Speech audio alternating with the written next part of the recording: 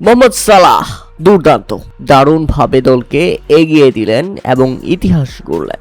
অবশেষে বিশ্বকাপ ইতিহাসে নিজেদের প্রথম জয়ের দেখা পেল মিশর।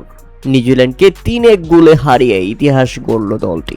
নিজেদের ইতিহাসে প্রথমবার বিশ্বকাপের কোনো ম্যাচে জিতে এখন পর্যন্ত নকআউটে যাওয়ার সবচেয়ে বড় সুযোগ মোহাম্মদ সালাহর মিশরের সামনে। গ্রুপ জিতে শক্তিশালী বেলজিয়াম থাকা সত্ত্বেও নিজেদের পারফরমেন্স দিয়েই শক্তিশালী একটা অবস্থান গড়ে তুলেছে মিশর। এখন তাদের সামনে প্রতিপক্ষ কেবল ইরান, যাদেরকে রুখে দিতে পারলেই গ্রুপ চ্যাম্পিয়ন হয়েই নকআউট পর্বে যাবে মিশর। তবে অবাক করার ব্যাপার হচ্ছে, এর আগে তিনবার 1934, 1990 এবং 2018 সালে বিশ্বকাপে অংশ নিলেও কখনো জয়ের দেখা পায়নি মিশর। তবে এবার ম্যাচের 67তম মিনিটে গোল করে ইতিহাস তৈরি করেছেন মোহাম্মদ সালাহ।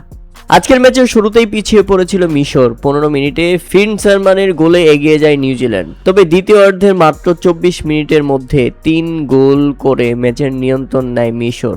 ম্যাচের 58তম মিনিটে মুস্তাফা জিকো এবং ম্যাচের 67তম মিনিটে মোহাম্মদ সালাহ এবং ম্যাচের শেষ মুহূর্তে 82তম মিনিটে ক্রেজেগে গোল করলে 3-1 গোলের ব্যবধানে জিতে যায় মিশর।